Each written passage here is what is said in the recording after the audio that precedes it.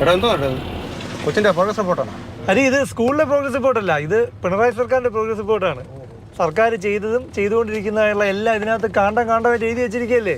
നീ ഇത് കേട്ടോ, വൈദ്യുതി വാഹനങ്ങൾക്കായി എല്ലാ ജില്ലകളിലും 63 ഫാസ്റ്റ് ചാർജിംഗ് സ്റ്റേഷനുകൾ KSEBയും 15 സംസ്ഥാന സർക്കാരിന്റെ ഫണ്ട് ഉപയോഗിച്ച് അനർട്ടും സ്ഥാപിച്ചു. ഇത് KSEB തയ്യാറാക്കി കഴിഞ്ഞു എന്നതാണ്. അപ്പോൾ പിന്നെ ഈ ഇലക്ട്രിക് വാഹനം വാങ്ങുന്ന എല്ലാവർക്കും ഇനി അത് ഹാപ്പി ന്യൂസ് ആണല്ലോ. ഒരുപാട് ഫാസ്റ്റ് ചാർജിങ് കേന്ദ്രങ്ങളാണോടാ. പെട്രോൾ കാർ മാറ്റി ഇലക്ട്രിക് വാഹനം വാങ്ങാം അല്ലേ? അല്ല, ഇതിലുള്ളതെല്ലാം സത്യം തന്നെയാണ്. ഇവിടെ തൊട്ടടുത്തല്ലേ പട്ടം വൈദ്യുതി ഭവൻ ആസ്ഥാനത്തെ ഫാസ്റ്റ് ചാർജിങ് കേന്ദ്രമുണ്ട്. നമുക്ക് അങ്ങോട്ടൊന്ന് വണ്ടി വിട്, നോക്കി വെക്കാം സത്യമാണോന്ന്. ഈ ഇലക്ട്രിക് വാഹനങ്ങൾ ചാർജ് ചെയ്യാൻ സർക്കാർ ഒരു ആപ്പ് ഉണ്ടാക്കിയിട്ടുണ്ട്, KE മാപ്പ്, KSEB ഉണ്ടാക്കിയിരിക്കുന്നത്. അപ്പോൾ ഇതിലേക്ക് നമ്മൾ കാശിടണം, എന്നിട്ട് ചാർജിങ് കേന്ദ്രത്തിൽ പോയി ഇലക്ട്രിക് വാഹനം ചാർജ് ചെയ്യണം.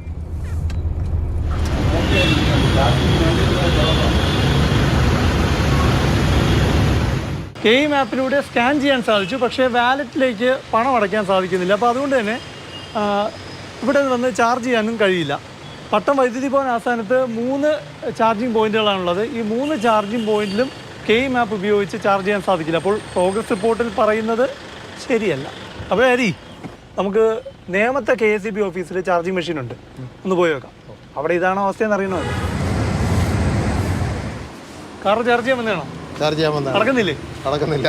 നമ്മുടെ KSEBയുടെ അണ്ടറിലുള്ള KE മാപ്പ് ഉപയോഗിച്ച് ചാർജ് ചെയ്യാൻ പറ്റുന്ന മെഷീനാണ്. അപ്പോൾ ഇതിലിപ്പോൾ QR കോഡ് സ്കാൻ ആവുന്നില്ല. ഒന്ന് വൈദ്യുതി ബോർഡ് ആസ്ഥാനത്ത് ഇതുവരെ നോക്കി, അപ്പോൾ അവിടെ നടക്കുന്നില്ല.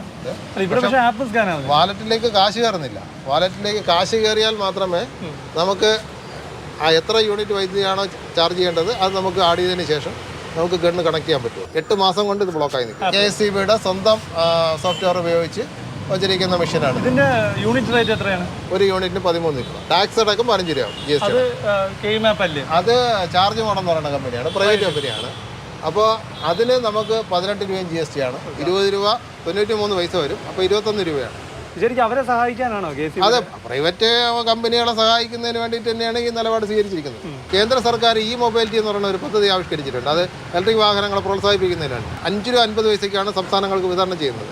പക്ഷേ കേരളത്തിലും 5 രൂപ 50 പൈസയ്ക്കാണ് കിട്ടുന്നത്. പക്ഷേ കേരളത്തിൽ KSEB 13 രൂപയ്ക്ക് കൊടുക്കാനാണ് തീരുമാനിച്ചിട്ടുള്ളത്. പക്ഷേ 13 രൂപയ്ക്ക് നമുക്ക് ചാർജ് ചെയ്യാൻ പറ്റുന്നില്ല. പകരം ഇതേ KSEBയുടെ മെഷീനുകളിൽ നിന്നും നമ്മൾ 20 രൂപയ്ക്ക് ചാർജ് ചെയ്യേണ്ട അവസ്ഥയാണുള്ളത്. ഇലക്ട്രിക് വാഹനം വാങ്ങാം എന്നൊരു ആലോചനയിലായിരുന്നു.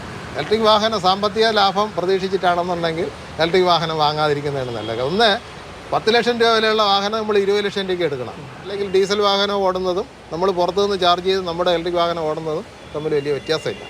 വാലറ്റ് ഓപ്പൺ ആയി കിട്ടിക്കഴിഞ്ഞാൽ നമുക്ക് സാധാരണക്കാർക്ക് ഇലക്ട്രിക് വാഹനം എടുത്തിട്ടുള്ള എല്ലാവർക്കും ചാർജ് ചെയ്ത് സുഖമായിട്ട് യാത്ര ചെയ്യും. ചുരുക്കത്തിൽ ഒരു വൈദ്യുതി വാഹനം വാങ്ങണമെന്ന ആഗ്രഹം തൽക്കാലം ഉപേക്ഷിക്കുകയാണ്. പ്രോഗ്രസ് റിപ്പോർട്ടിലെ സർക്കാരിൻ്റെ അവകാശവാദമൊക്കെ ശരിയാണ്.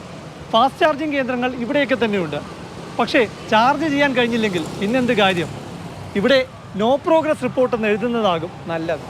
ക്യാമറാമാൻ പ്രവീൺ ദാസിനും VS ബിജുവിനൊപ്പം പ്രശാന്ത് കൃഷ്ണ, മാതൃഭൂമി ന്യൂസ്, തിരുവനന്തപുരം.